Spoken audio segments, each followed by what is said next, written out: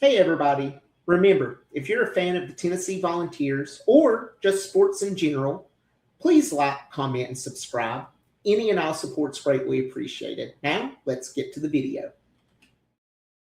Hey, guys. How's it going? I would say I hope you're all doing well. I wanted to start this video off not necessarily speaking about Joey. We'll get to that in just a moment, but yesterday we had the tragic passing of Wes Rucker, someone who was very prominent, one of the more prominent and popular Tennessee fans, personalities, reporters. His passing yesterday has impacted our community, the area, media, national media. It's impacted a lot of people, and I'm not going to start this video saying I hope you're all doing well, because I know most likely you aren't. So I did want to use this as a brief tribute to Wes. Thank you for everything. It's terrible what's happened. However, in a time as dark as this, we have to remember there's hope, and he has a beautiful wife and son and another child on the way. And Vol Nation and many other fan bases and personalities across the country are actively donating to his GoFundMe to support his family. And Rick Barnes mentioned today to pray for him, his family, his loved ones. And I just asked that as well. So wanted to take a minute and acknowledge that. Rest in peace, Wes. Prayers to Wes's family, and hopefully Wes is always going to be remembered for who he was and the people he impacted. So just wanted to say that here at the beginning. And in additional news today, around three hours ago, it was announced that unfortunately Joey Aguilar was not granted that additional year of eligibility by Judge Chris Haggerty, as reported by On3 and other media outlets as well. It's going through here. They certainly provide the rationale. Something, that doesn't necessarily click with me, and it could be how the lawsuit was brought up. Maybe Joey was framing this not as his own individual lawsuit, but something that could impact others.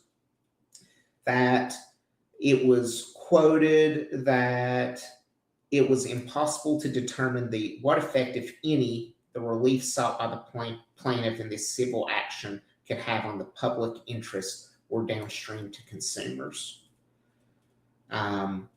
Essentially, boiling this report down, Judge Haggerty basically said, you did not provide me enough proof of future harm for others who are in a similar situation as you. And so for that reason, he did not grant that additional year of eligibility, which is unfortunate, right? I'm not gonna sugarcoat it. Joey Aguilar on this team makes this team better than not having Joey Aguilar.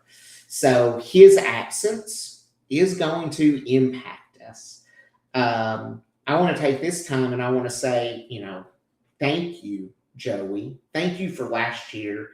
Thank you for coming in May, having literally zero exposure to this system, plugging in and leading this team to 8 wins, battling through injuries, battling through adversity. This season was not easy for Joey Aguilar. He came into an uncertain situation, and he made the best of it. Love him. I would say love or hate, but I think virtually all Vol fans love Joey Aguilar. He was a good man. He is a good man. He's a good leader. God, that deep ball against Syracuse. I think his first touchdown pass was against Chris Brazzell, or was to Chris Brazzell. And I remember I was at Buffalo Wild Wings with my friend. I was like, oh my God, if we can hit that moving forward, we're going to be golden, right? So, I was fortunate enough to be at many of the home games to get to see him in action. Being the first quarterback in 20 plus years to win in the Swamp, that's no easy feat. Think of all the quarterbacks that we've had come through here. Josh Dobbs, Joe Milton, Hendon Hooker, Jarrett Garantano. Those are the big ones that come to mind over the course of the last few years. They were incapable of doing that. And what did Joey do in his first year? He went down there and put belt to ass. I'll say it. He whooped up on those Gators. And who cares if they were a bad team? There's been a lot of bad Florida teams that has beat Tennessee in the past. So, it's unfortunate that this happened. But, I have the utmost faith that Joey will go out and Joey will make an impact somewhere. I sure hope somebody takes a flyer on Joey Aguilar, whether it's in the draft or potentially in free agency or something like that. Joey Aguilar is a good teammate. He's a good man. He's a good football player. And any team that would have him present is going to benefit from it. What I'm not going to do on this video is talk about, what this means for George McIntyre and Faison Brandon and the new guy from Colorado whose name is completely escaping me at the moment. There will be videos to come on that. But what I can tell you is Vol Nation, as a member of Vol Nation, and as the Vol of Truth or Right, is the sky's not falling down, guys. Yes, it sucks that Joey Aguilar was not granted that additional year of eligibility. However, George McIntyre is no scrub. Faison Brandon is no scrub. These guys were recruited to the University of Tennessee because Josh Heupel thought that they could come in and they could play quarterback. George McIntyre is roughly the same height, the same body weight as Nico Iamaleava when he started for the University of Tennessee. Faison, I don't know quite the statistics on, body, the weight, the height and stuff of that nature. But what I do know is for most of the year until he committed to Tennessee, he was viewed as the #1 quarterback prospect in the country. We have options, and what we have to do as Vol fans, and I know we don't like to hear this, we have to be patient. We have to understand that these young guys are going to grow and they're going to have growing pains. It may be hard to watch at times, and it may be exhilarating to watch at other times. What we have to remember is that there's a supporting cast in place. This offense, Deshaun Bishop, Mike Matthews, Braylon Staley, Tristan Keys coming in, O-line that's largely intact, Ethan Davis. This offense can be legit. You can plug just about anybody into this offense, and it's going to be good. Okay. The defense, is it really going to be that much worse than last year? I doubt it. If anything, I think it'll be better. So again, we'll go through in a couple of days on what this is going to mean for my schedule prediction. I did one earlier where I said, hey, I think that with Joey Aguilar, this team can go 10-2 or 11-1. And I genuinely meant that. I really did think that because that's the skill that Joey Aguilar has. That outcome will be different. I would not be surprised if our over-under for the upcoming years at 7.5 wins. Okay. We'll see. We'll see where that lands. But again, wanted to get on here. The news about Joey Aguilar is super unfortunate, obviously. Would certainly wish he was here for another year. But the events yesterday remind us that there's things bigger than this.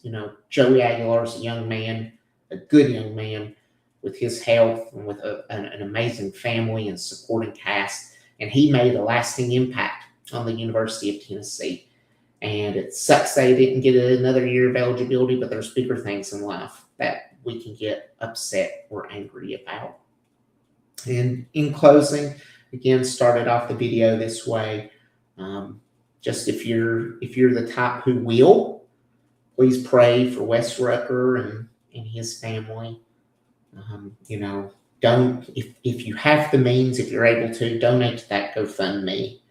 Vol Nation is known for one thing, and that's helping our own. And Wes Rucker was one of the pillars of this community and this fan base. So rest in peace, Wes Rucker. And again, thank you all, and God bless him and his family. Thanks again for stopping in today. And remember, if you like this content, I can't ask enough. Please like, comment, and subscribe. Any and all support's greatly appreciated. And as always, go Vols!